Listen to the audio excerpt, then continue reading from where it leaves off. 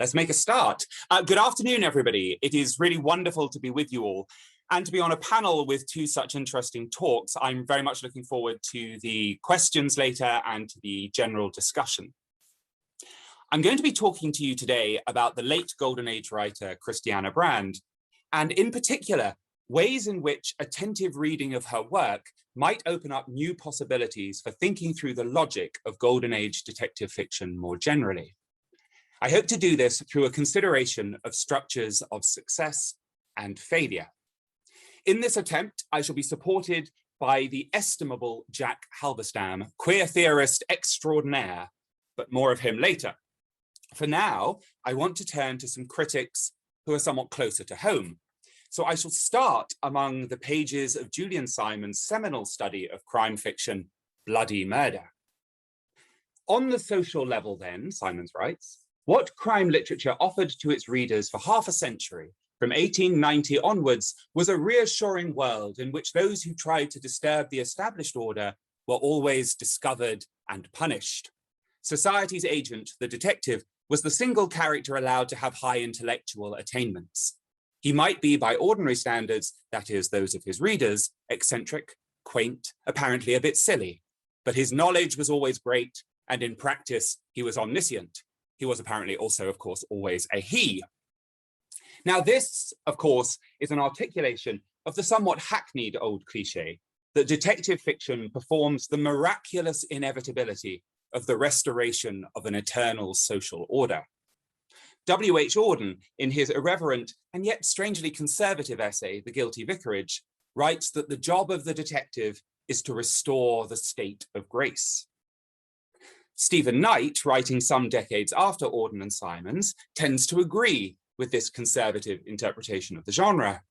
He writes that Golden Age criminals are traitors to the class and world which is so calmly described, and their identification is a process of exorcising the threats that this society nervously anticipates within its own membership.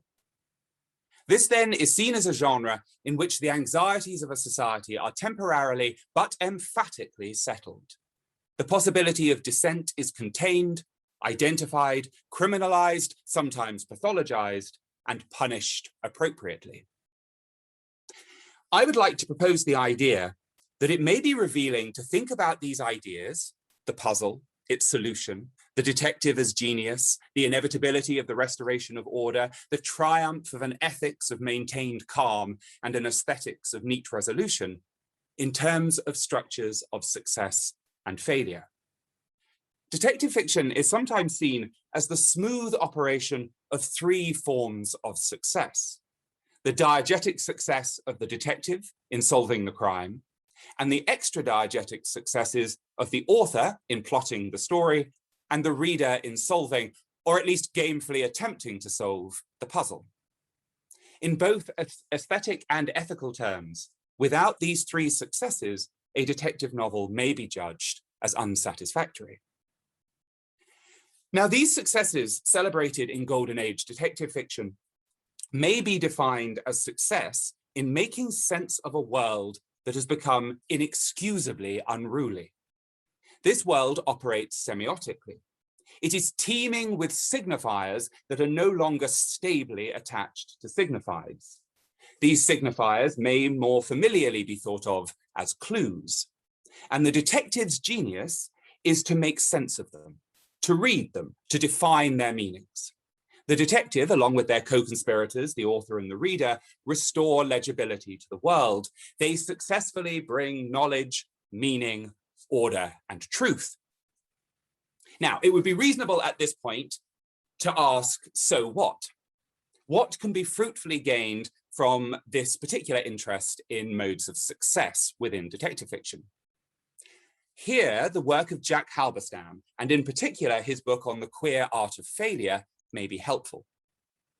Halberstam argues that success is often spoken of in our culture as though it is a self-evident good, clearly and objectively measurable. Boris Johnson, I would argue, is a rather tedious example of this tendency in action. Listen to any of his ghastly and triumphalist speeches about common sense and how obvious his view of the world is.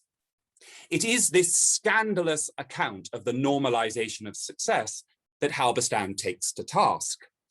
He writes that in this book, I think about ways of being and knowing that stand outside of conventional understandings of success.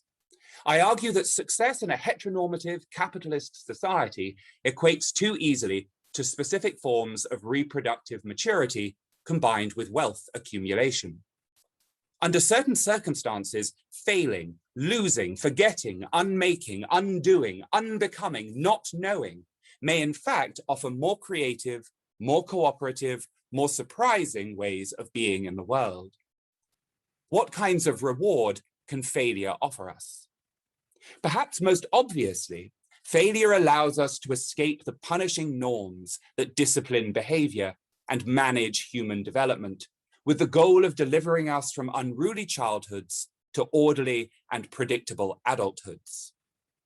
Failure preserves some of the wondrous anarchy of childhood and disturbs the supposedly clean boundaries between adults and children, winners and losers. And while failure certainly comes accompanied by a host of negative affects, such as disappointment, disillusionment, and despair, it also provides the opportunity to use these negative affects to poke holes in the toxic positivity of contemporary life. Please forgive this rather lengthy quotation, but we shall be flirting with these ideas for the remainder of the talk. Now, if success in a detective novel is the distinctive privilege of the genius detective, the cunning author, and the attentive reader, with whom is failure associated? In the cases of detective, author, and reader, the necessary failure against which their success is defined is first and foremost the failure of the murderer to get away with it. The reader's success may also be defined in opposition to a perceived failure on the part of the author in deceiving them. But for the reader to count their success as worthwhile, the author still needs to be credited with great cunning. As Robert Barnard writes, if the reader guessed the solution, he was pleased with himself. If he did not, he was pleased with the author. In neither case was the author the loser. Now, detective fiction is littered with the failures of criminals to deceive detectives and escape the iron grip of social punishment and the humiliation of the final pages. Halberstam argues that wealth accumulation and biological reproduction are the hallmarks of contemporary success within our culture.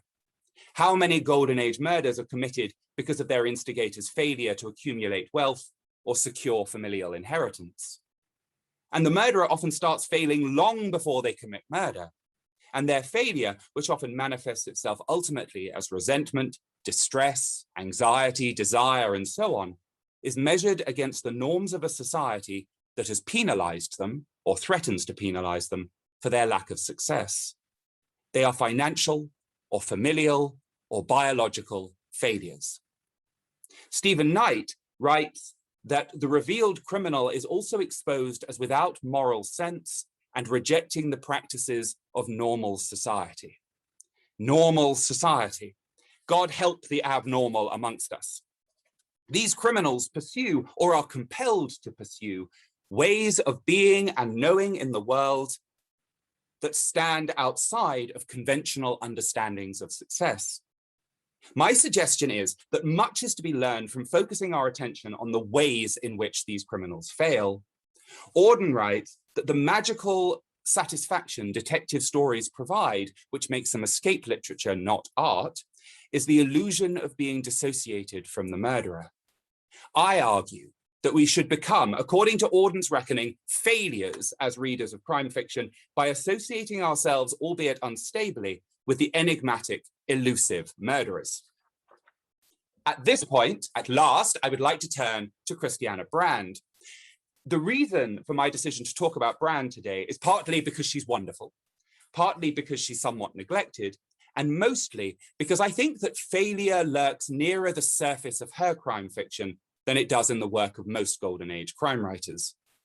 The gentility of Brand's fictional worlds is usually shabby or tawdry, and she is expert in depicting defective relationships.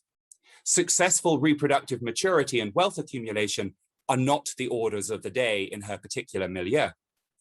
Her worlds do remain semiotic spaces, in which progress is from illegibility to legibility.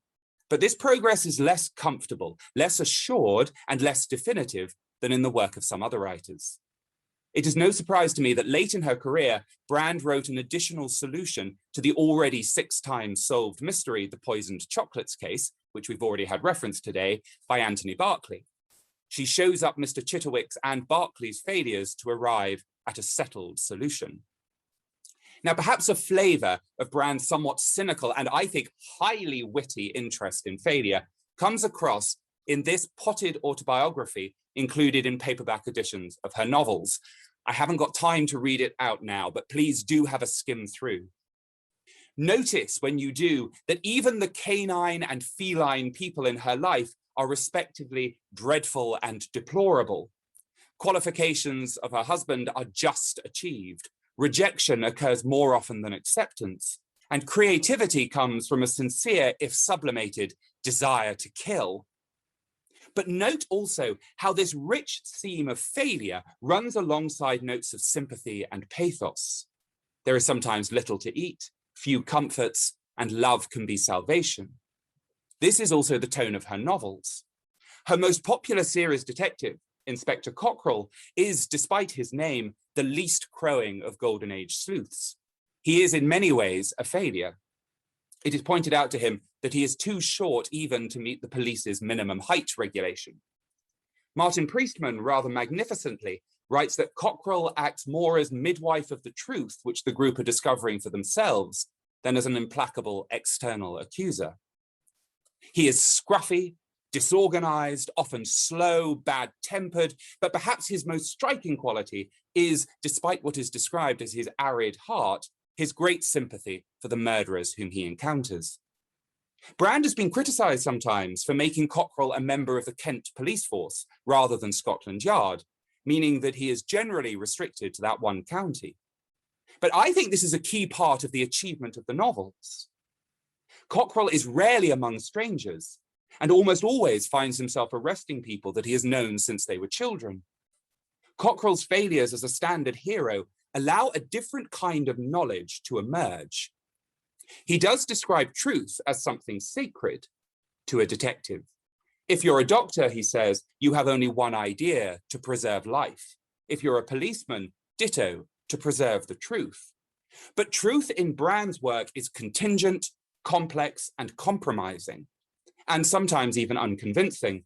One suspect in Heads You Lose reflects on how, sooner or later, Cockerell is going to pick on one of us and clap us into jail. He wouldn't be human if he didn't. After all, he's got to have something to show for 3 decapitations. Now, one of the terrible responsibilities of talking about relatively neglected writers is attempting to say something productive while also avoiding too many spoilers. Brand is a really compelling plotter, and I'm determined not to reveal whodunit for most of her works. I'm going to concentrate most of my points, therefore, on her best known and most read work, which is Green for Danger, first published in 1944, in the hope that the spoilers won't be spoiling too much for too many of you. In the novel, Inspector Cockerell's success is decidedly limp. There is some brilliant deductive reconstruction on display, but the investigation is remarkably slow, and ultimately a mistake he makes results in the death of the killer. He's also very squeamish about making the arrest. Brand writes, Cockerell was not sorry to put off for a little while longer his ugly duty. Notice how the parenthesized prepositional phrase conspires precisely to delay the words ugly duty. Brand uses her unusual level of stylistic skill again and again in order to make her conclusions rich in a sense of Cockerell's regret and the pathos of her killer's situations. In Green for Danger, the killer kills because her first victim led the rescue committee that failed to find her still living mother in the rubble of a blitzed building. At the beginning of Cockerell's investigation, he speaks to the killer. She went a little white, for Cockerell had known her mother, and immediately a host of tiny memories clamored for recognition in her sorrowful breast. For Esther, he shed his air of false benignity. He said nothing of sympathy or distress, but deep down in his arid old heart, there burnt a small glow of genuine pity. He took her quietly through the events of the night of the Blitz, going with patient precision into every detail of the evening. Brand skillfully weaves in a clue by linguistically connecting the death of Esther's mother in the bombings with the death of the novel's first victim through the use of the evocative words night of the Blitz, which could really refer to either. And she also merrily puns on the word patient. But beyond these little pieces of verbal play, there is a sense, I think, of very real pain. Esther's murders are never justified. The victims are not monsters, and the way in which she holds them responsible for her mother's death is unreasonable. But Esther's failures, her self-perceived failures as a daughter to protect her mother, and as a woman to learn a skill that would enable her to support herself financially, are not condemned, not vilified, not reduced to trivial symptoms of a broader wickedness. Rather, they are hailed, as such failures often are in Brand's fiction, as the cause of cruel marginalization. Esther is driven to the peripheries of her social world through perceptions of her frailty and her flaws. If we turn away from Cockerell's success and attend instead to the failures of Esther to get away with murder, what becomes visible, what becomes knowable, is the failure of society to extend sympathy to those devastated by social convention, in this case misogyny, and by social conflict, in this case a world war. Falling bombs are a steady, percussive soundtrack to the whole novel. The last thing that the first victim hears before he goes into the operating theatre is a nurse quoting a triumphalist line from Churchill. This rhetoric of British success after the First World War, during the Second World War, and again after 1945, effaces those for whom war remains a sad litany of failures. It is what Halberstam would call an instance of toxic positivity. If we attend to the sympathetic failing and failed Esther, we get a glimpse of an alternative set of knowledges of a society's failure to recognize its responsibility to its vulnerable. But there is more than that, I think. The Golden Age itself isn't let off the hook that easily. It's instructive, I think, to return to Auden's assertion that detective fiction encourages the reader to dissociate from the criminal. Esther, marginalized by her society, is also marginalized by the novel in which she exists. She is no Raskolnikov, no penetrating study in psychology, no prisoner offered the chance to justify her own deeds. She is, as killers so often are in the Golden Age, afforded real star status only in the final pages of the novel. The novel and the genre more generally fail her. But this failure is a reflection, an echo of the failure of social cohesion and the metaphysical impossibility of successfully knowing people definitively.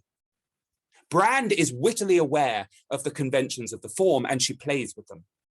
There are delightfully knowing asides from the third-person narrator running right through the novel, and convention is skewered by a solution pathetically spread out across the final 50 pages of the novel. We should take seriously Auden's reminder that dissociation from the murderer is only an illusion. Brand's fiction draws the reader's gaze to the superficial illusion of success, which masks a toxically positive culture, which produces financial, familial, and conventional failures. So perhaps then, the reader's challenge might be to go beyond the climactic reveal in a novel, to add a kind of postscript to every mystery they read in the spirit of Brand's extra chapter to the Poisoned Chocolates case, a coda in which the detective's successful reading of the world is recognized for what it is, not some objective articulation on behalf of Platonic justice, but simply one socially authorized interpretation of a series of signs. History is written by the victors, we're told. In other words, truth is established by those whom society deems to be successful.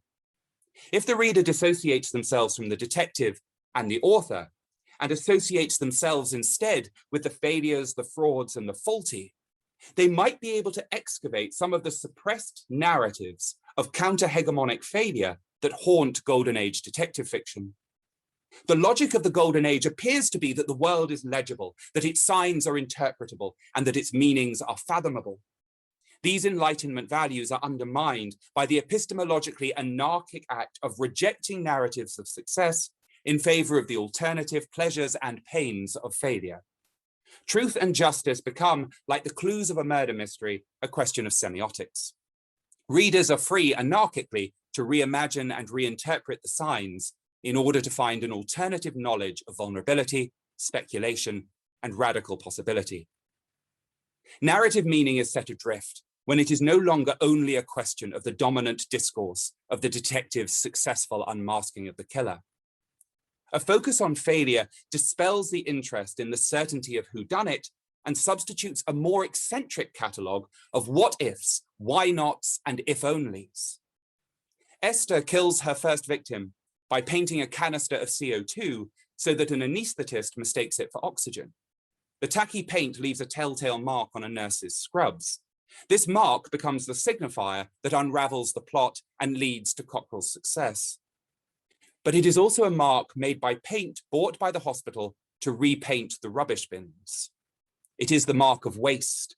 It is the mark of Esther's mother, buried like landfill under the rubble, of the pitiful waste of war, and of a character denied the chance to be the star in the trashy story of her own murders. Brand, with her own special brand of failure, plays with a metaphysics and a politics of waste and loss and nothingness, exposing the ways in which Golden Age stories are partial and exclusive. Sandwiched between two wars, two visions of violent death on an unimaginable scale, Golden Age murderers' failings seem petty compared to the broader failings of a society grimly committed to a jingoistic rhetoric of success, of finest hours, of winners and losers. I see these novels as a critique of that rhetoric, discouraging applause for the detective and instead reimagining the failings of the murderers as a violent escape from the punishing norms that discipline all our behavior and insist on a limited perspective on truth and morality and justice. Viewed through this lens, the Enlightenment values of the Golden Age look a little tarnished, but I think that the genre is none the worse for that. Thank you very much.